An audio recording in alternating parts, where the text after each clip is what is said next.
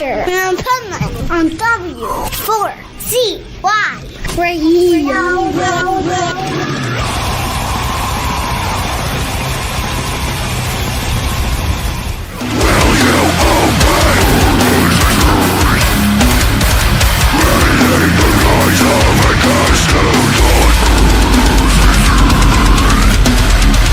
This is Pipeman here on the Adventures Pipeman W4CY Radio, and I'm here with our next guest, Sean from INGESTED. How are you? I'm good, man. How are you? Doing good. So, are you like by your tour bus? It looks like you're like about ready to do a show, and you're here for this interview. Pretty much, yeah. I mean, we've got bus call in like 30 minutes, then we head to the venue, and then we load in and start the day, basically. Nice. So I'm very interested to begin with that there is a song that almost didn't make the album, and now it's like your go-to song. Tell us the story behind that and how that happened. Are you talking specifically about Oaths Betrayed? Yes, sir. Yeah, I mean, we kind of arranged to do about 8 or 9 songs for the album, and then we found ourselves having some extra time. We thought, why not just record, I had one in the back pocket and Drew had one in the back pocket. We thought, we'll just record these at the end of the session, then maybe we could just extend, once the album comes out, then 6 months later, we've got 2 singles to release, blah, blah, blah. But we found ourselves looking at the sequence and listening to the sequence of the album, and something was missing. And Oaths Betrayed slotted in perfectly, and there you go. It ended up being a 10-track album instead of 8 or 9. Nice. And so I think the Oaths Betrayed song talks very much about the crap we're going through in the world right now. Is that pretty spot on? I mean, I didn't write that one. Our drummer wrote the lyrics to that one, so only he can specifically tell you about that song. But I mean, when I've read it, I kind of get what you're saying. Is objectively, it kind of looks and seems that way. Yeah. Yeah, and there is a lot of stuff to write music about nowadays. There's no shortage of things. It kind of reminds me we're back in the 80s and writing the same crap, right? Yeah. Yeah, I mean, there's only so many original lyrics and riffs that you can do that have not really been done before. So I mean, I guess there's some truth into that. Yeah. And the world is, it's on repeat. The world's on repeat. History does repeat itself. So it goes in cycles, man. Exactly. Your music's pretty badass. I want to know when it all started for you personally to know that this is what you wanted to do. I mean, before I left high school, I was 15, 16, and they give you an interview with a careers advice person. And they kind of try and set you up for life after school, and they're like, what do you want to do? And I was like, I want to be in a band. And they kind of didn't take that any seriously. They said, well, you're going to need something more. Yeah. Not everyone can make it in a band. So I don't know, I guess, I don't know. I don't know what it is. Pantera, Chimera, watching their DVDs and stuff. I was just like, this is what I want to do. And I think it's quite interesting that I set that kind of that mission statement when I was 15. And, now I'm nearly 40 and I'm still doing the same thing. So I guess it worked out somewhat, What? That tells you not to listen to other people. Follow your own heart, man. Yeah, exactly. So, what was the feeling like that first time that you got on stage and did this? Just nerves. Yeah, I didn't take to the stage very well for the first couple of years of the band. I just felt nervous, and back then the shows were really small anyway. And it's kind of felt insignificant, if you will. But obviously the band persevered, and we managed to have opportunities to play really big shows. And now it's like another day at work. Yeah. Well, and I gotta say, what you experienced, and that's why I asked that, because the listeners need to know it, that's not so uncommon. Most musicians I've ever known in my life are introverted and or have stage fright, if you're going to call it stage fright. Yeah, for sure. Everyone gets the nerves, just that you can get in your own head in terms of trying to perform, don't fuck up, etc. So, it comes with experience, though. The more you do it, the more you get used to it. But I mean, there are occasions where I still get those nerves, those butterflies. It's Yeah. not very often, but there are occasions where, I still get that feeling, even 20 years, 25 years down the line. I feel that because, like, I do this, but I also do motivational speaking. And anytime I turn the mic on stage or on radio or on podcasts, right before I turn the mic on, I always have nervousness. Like, I've done over 3,000 interviews still every time before I turn. I'm like, oh, I hope I don't fuck this up. Oh, I don't do this. I don't do it. But the minute that mic turns on, there's a switch in my head. Like I'm in a zone and it's like I'm a different person. Yeah. Confidence, it comes with experience, like I said before. Yeah, absolutely. And, it makes sense, like, too, when you're an early band and you're playing the small shows. To me, it's way more nerve-wracking to play to 10 people than it is to 10,000. I mean, there's some like, maybe so, maybe true. I suppose with 10 people, there's a hell of a lot of focus on you, and it's just that small group of people. But I think maybe you're right. You can look over it and look at 10,000 people, and then you don't really see individual people. It's just Right. a crowd. Do you know what I mean? Like, whereas there's 10 people, you're looking at these specific people. But I think there's maybe a bit of truth in there.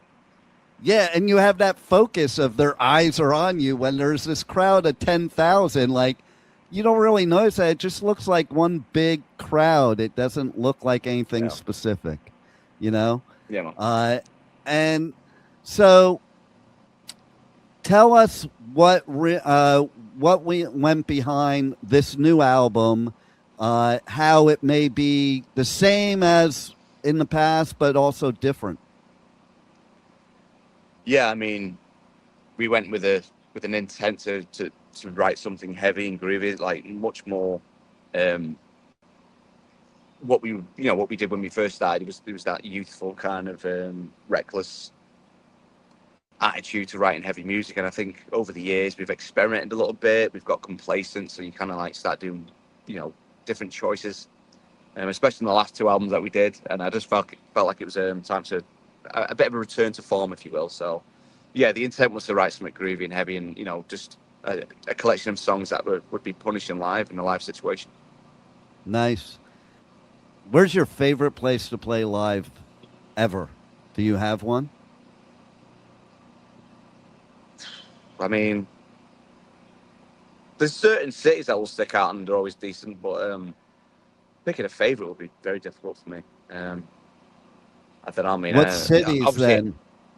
Obviously, like a hometown show is cool. Manchester in the UK and London in the UK. Weirdly enough, Edmonton in Canada has always been amazing. We've played there 3 times over the years, and each one has been insane. Yeah.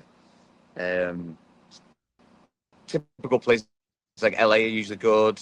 Up in Worcester, up that way. Worcester was that was the standout show from the whole tour. To be honest, we came through the Palladium about a week and a half ago, and 2 tours met up, so it was split over the 2 stages, and we played the small room. And originally I was a bit disappointed that we didn't get to play the large room, but it worked out in our favour because the fans upstairs in that small room were going nuts, going absolute bananas. So yeah, it was good. Yeah, I find that sometimes too. Like I do coverage at music festivals all over the US, UK, Europe, and I was just doing one recently called Hell's Heroes. And it had like the main stage, a couple main stages, but that because it was at a club type place that had this upstairs small room, and that was where I was spending a lot of my time because man, those shows were insane. And how does that feel for you as an artist? Like you start playing the bigger gigs when you go back to club shows. Is it kind of like nostalgic or more fun because you haven't done it in a while?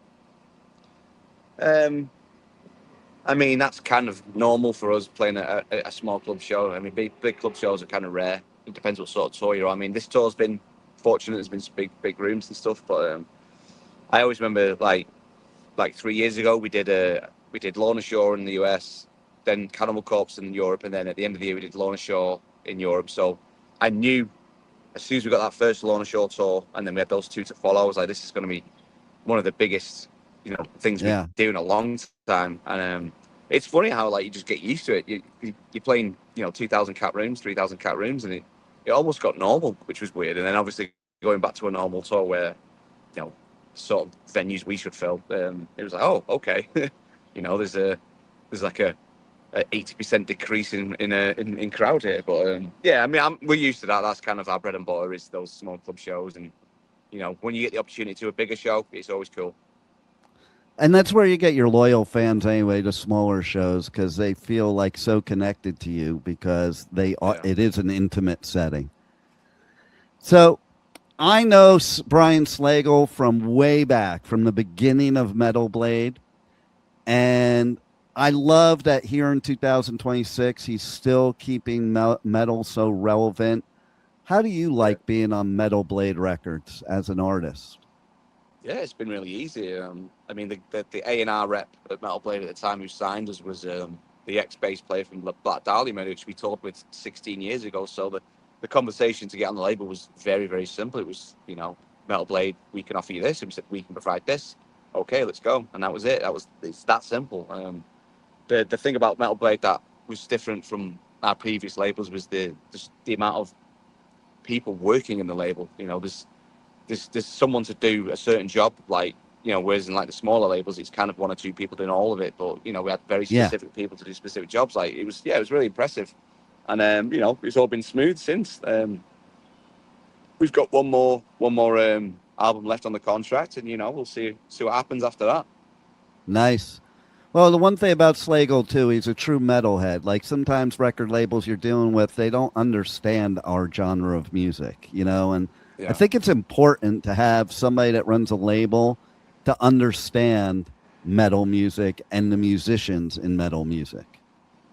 For sure. You don't want just some suit running it here with no passion for what he's doing. But, I've been fortunate enough to meet Brian before. Very cool dude, very, very passionate about music. Just a great dude all around, man. So it's a privilege to work underneath, his label.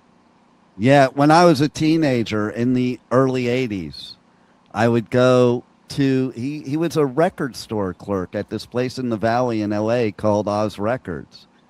And that's when he started Metal Blade. And so we would go in there and he'd say, hey, you got to listen to this. Hey, you got to listen to it.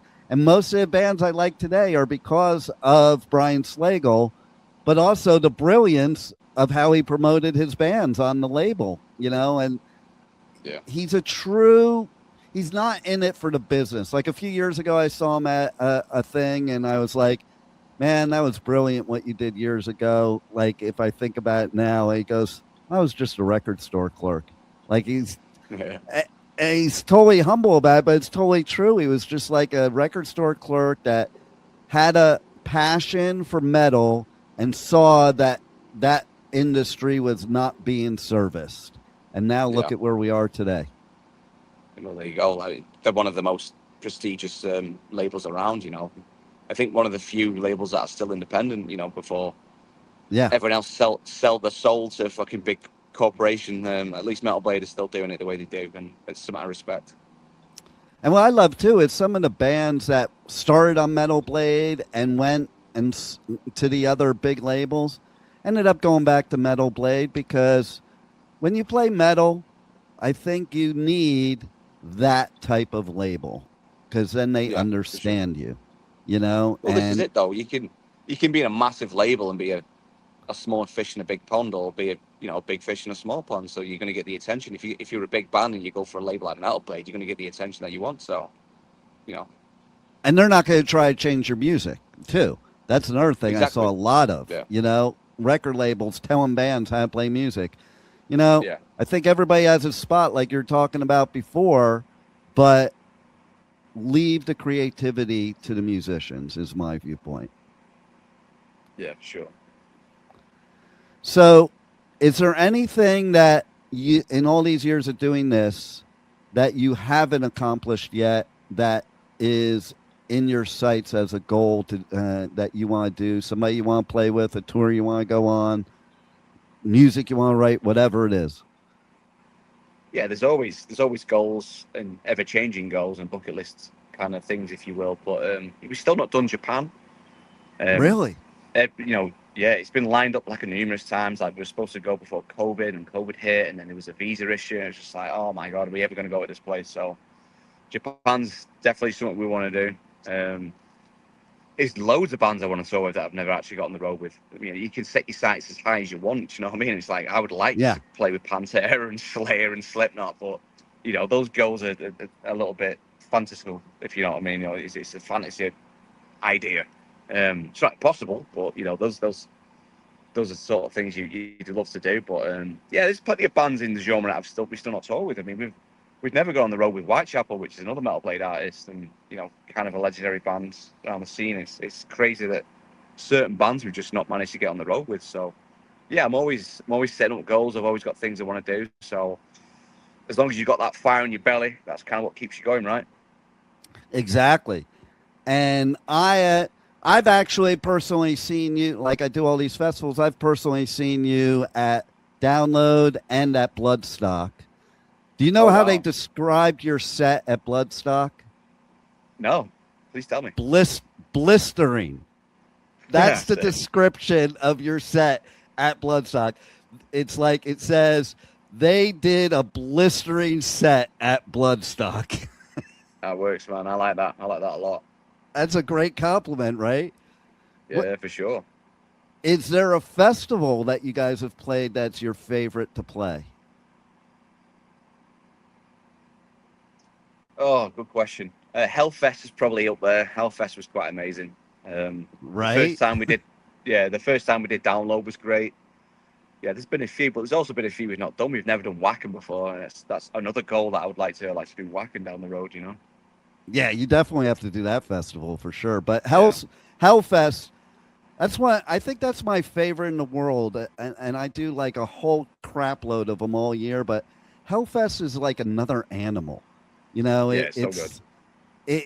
And just what I love about it is how it's decorated, how there's like hidden stages, places like you'll be walking back in the merch area, and there's like a stage on the roof somebody's playing. It's kind of cool. And then how they segregate the genres off of the other stages that are not the main stages. Yeah. Like, I think that is brilliant, because when you're into a specific genre, who wants to walk back and forth through a festival that size like every set? So like you could be like, I remember just sitting there all day last year. Was it last year, I think? And they had the thrash metal stage, and I'm a total thrash metalhead, so I was pretty much there the whole day, when I wasn't doing the interviews. And then before that, I remember, I would sit there. The black metal and the death metal stages are right next to each other. I'm like, oh, I don't have to move. I can just stand right here, It is kind of cool. And Lemmy, that's a scene in and of itself. That big sculpture of Lenny. It's pretty wild. Lemmy. It's pretty wild. What would you say was your favorite part of Hellfest, you think?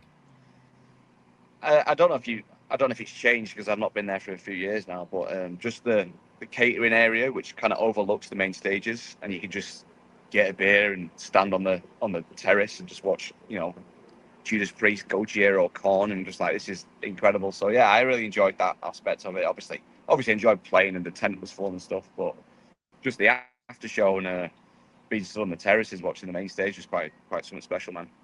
See, that is pretty cool, because most festivals, that's not where catering is.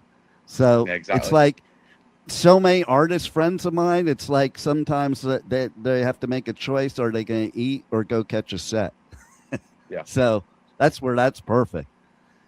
Is there anything else you want to tell the listeners about you guys, about your tour, about Denigration, or anything else you got going on the rest of the year? Well, Chaos and Carnage is about to wrap up. We've got 3 shows left. So I guess, big shout out to people that came out to this tour. It's been one for the books. And in 2 months' time, we head out to doing a full Canadian tour with Angel Maker and Disfigure and the Goddess. So if you're tuning into this and you want to come and see us again, and you're in Canada, come check us out, man. Nice. Well, I love your music. I love the new album. Everybody has to check it out and get it. And they also have to buy your merch because they can't listen to my show unless they buy your merch. It's the only way you get to the next gig. People don't realize. Honestly, that is literally the only way we make money is people, the listeners and fans actually picking up merchandise and stuff. So yeah, it means a lot. But I mean, like you said, if anyone's after merchandise, you can head over to ingested.co.uk and there are all the relevant links to your territory, US, Europe, Australia, etc. So it's the best place to get it. Nice. Well, thanks a lot for making us great music and great therapy, and thanks for being on the Adventures of Pipeman. Appreciate it, man.